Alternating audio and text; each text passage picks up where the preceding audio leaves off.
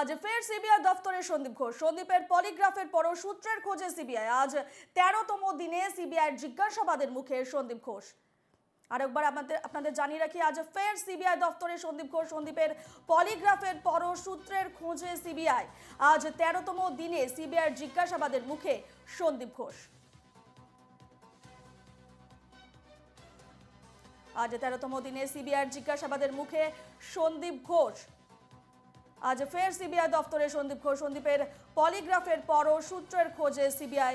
আজ ফের তাকে তলব করা হয়েছে সিজিও কমপ্লেক্সে। ১৩তম দিনে সিবিআইয়ের জিজ্ঞাসাবাদের মুখে সন্দীপ ঘোষ।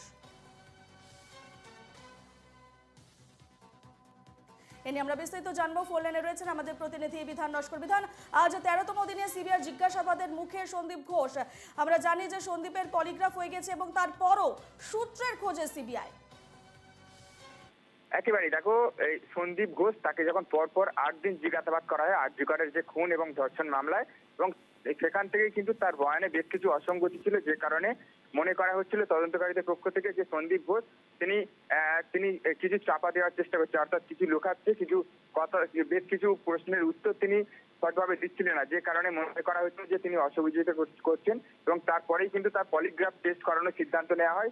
এরপরেই ৯তম দিনে তার পলিগ্রাফ টেস্ট করানো হয়, এবং তারপরেও কিন্তু বেশ কিছু বিষয় অসঙ্গতি রয়েছে তার বয়ানে। সেই কারণে কিন্তু তাকে আবারও ডেকে পাঠানো হয়েছে। আজকে ১৩তম দিন তাকে জিজ্ঞাসাবাদ চালানো হবে, এবং তার যে বয়ান রয়েছে, আগের বয়ান এবং পলিগ্রাফ টেস্টের পরের যে বয়ান, সেই বয়ান মিলিয়ে দেখার পাশাপাশি তার নামে আরো বেশ কিছু অভিযোগ রয়েছে। সেই সমস্ত অভিযোগগুলি কিন্তু খতিয়ে দেখা হচ্ছে। একেবারে তদন্তকারীদের পক্ষ থেকে যেটা বলা হচ্ছে যে তার যে পলিগ্রাফ টেস্ট করানো হয়েছিল, সেখানেও কিন্তু তিনি বেশ কিছু প্রশ্নের উত্তর তিনি দিতে পারেননি ঠিক মতো। সেই কারণেই কিন্তু একেবারে তাকে বারবার করে ডেকে পাঠানো হচ্ছে। আজকে ১৩তম দিন তিনি এসে পৌঁছেছেন কিছুক্ষণ আগে সিজিও কমপ্লেক্স সিবিআই দপ্তরে।